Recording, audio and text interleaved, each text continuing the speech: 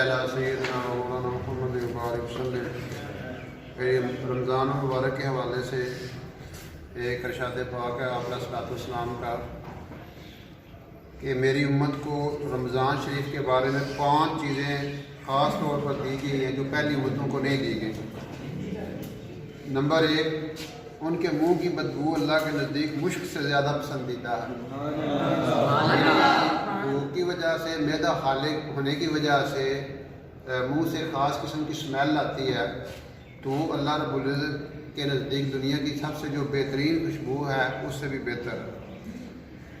और नंबर 2, दरिया की मछलियाँ तक उनके लिए दुआ करती हैं और इफ्तार के वक्त तक करती रहती हैं।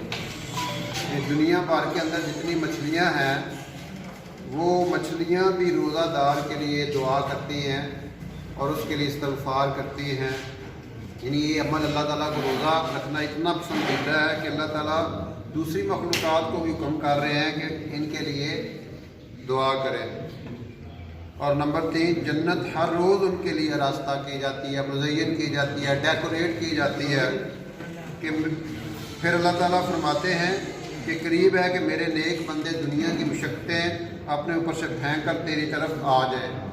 नहीं, आप अंदाज़ा लगाएं कि जब से दुनिया बनी है अल्लाह ताला उस जन्नत को मुज़य्यन कर रहे हैं और रमज़ान मुबारक में ख़ास तौर पर डेकोरेट करते हैं। देखें, आप अंदाज़ा लगाएं ना कि हर चीज़ की एक आदत होती है। आप एक कमरे को डेकोरेट करते हैं, 1 दफ़ा करेंगे, 2 दफ़ा करेंगे, 3 दफ़ा करेंगे, फिर आप देखेंगे कि आपको किसी चीज़ की ज़रूरत नहीं है, सारी चीज़ें पूरी हो गई हैं। लेकिन जन्नत को अल्लाह रोज़ाना डेकोरेट कर रहे हैं।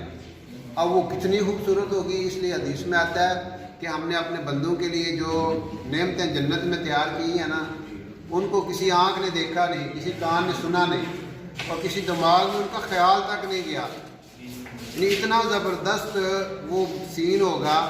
इसलिए अल्लाह सल्लल्लाहु ने फरमाया कि जन्नत की दौड़ लगाओ जितना तुम्हें जोर है। यानी आप अंदाज़ा लगाएं कि इतनी आला चीज़ के लिए दौड़ भी फिर बहुत आला किस्म की होनी चाहिए ना।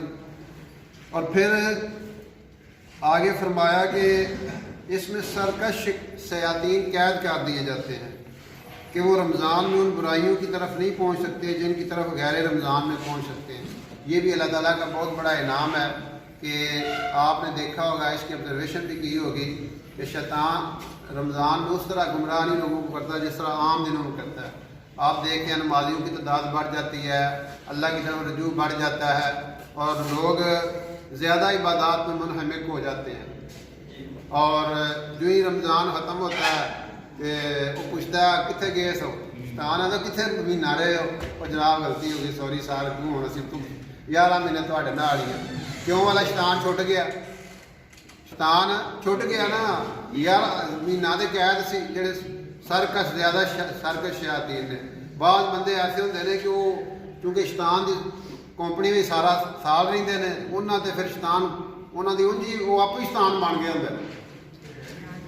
इस वास्ते आंदे ने जो बंदा सजदा करता है ना तो शैतान पिछां के जाके रोंदा है, कहता है कि ये की ये सजदा तो किया जन्नत में टुट जाएगा तो मैं सजदा ना करके दोज़ख का बन गया। सो ये है कि अल्लाह ताला ने रमज़ान के हवाले से हमें बहुत बड़ा इनाम दिया हुआ है। अल्लाह ताला हमें इस इनाम की कदर करने की तौफीक दे। और फिर आखिरी बात जो फरमाई कि रमज़ान की आखिरी रात में रोज़ादारों के लिए मफ़रत की जाती है। साहबा ने अर्ज़ किया कि ये शब मग़फ़रत शब कदर है। फरमाया नहीं, बल्कि दस्तूर ये है कि मज़दूर को काम ख़त्म होने के वक़्त मजदूरी दे दी जाती है।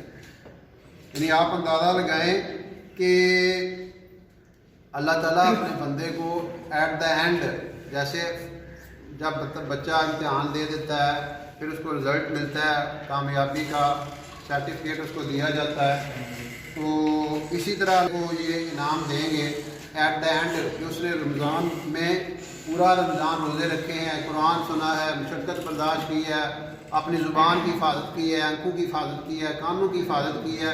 क्योंकि रोज़ा सिर्फ पेट पे फ़र्ज़ नहीं किया गया कि हम भूखे रह लें, बल्कि रोज़ा आँखों का रोज़ा क्या है, गलत चीज़ें ना देखी जाएँ, कानों का रोज़ा क्या है, गलत चीज़ें ना सुनी जाएँ, और ज़ुबान का रोज़ा क्या है कि इससे गाली गलौज ना की जाए, इससे